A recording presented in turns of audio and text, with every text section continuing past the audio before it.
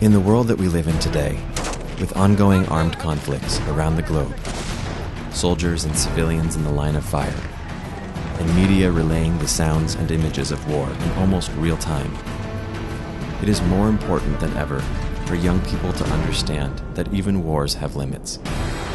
International humanitarian law, the rules of war, regulates the conduct of nations and individuals during armed conflict.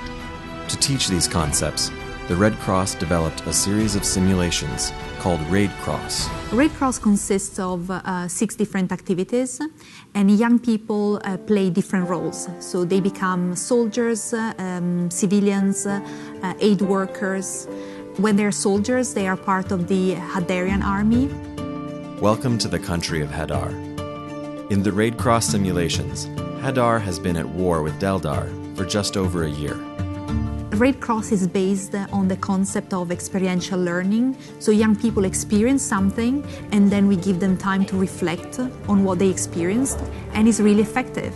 It's one thing to just tell them, this might happen in a war, as opposed to, here's an actual experience.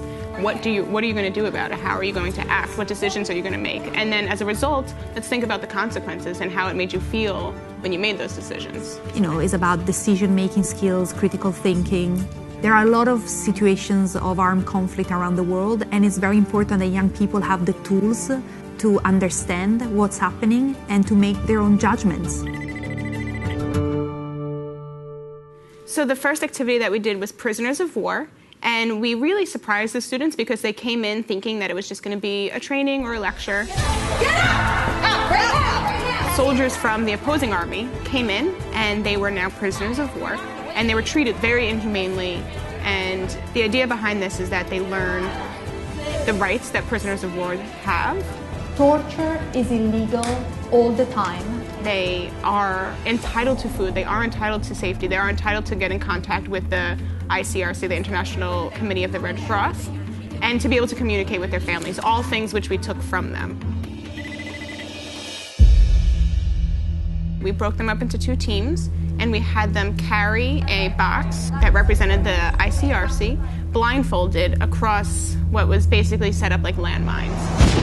Actually, the ICRC, while we are an international humanitarian organization, we are not allowed into the country without the permission of the host country. So they were sort of questioned by the border guards. So you're going to give us half? What about money? You guys have money on you? And they felt what it felt like to be a humanitarian aid worker and put yourself into risk.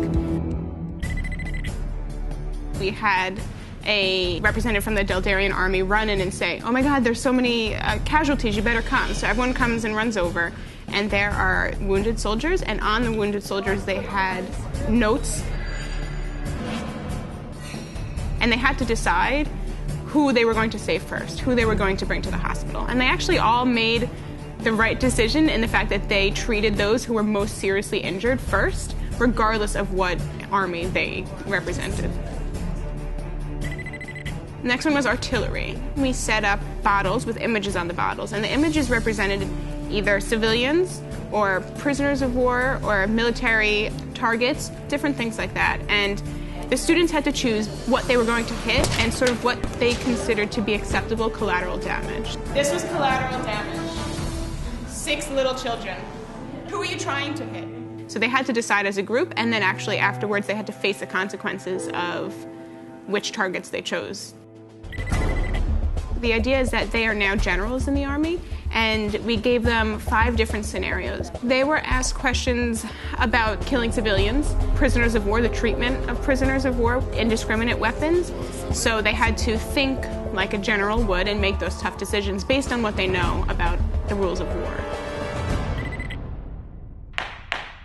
Court is now in session. This is the prosecution for the war crimes against civilians, prisoners of war, and indiscriminate weapons. We took notes throughout the entire simulation of what violations they made, and based on those violations, the groups were tried, and based on their actions throughout the day, they received certain punishment. I therefore find you guilty of a war crime and sentence you to 10 years in prison.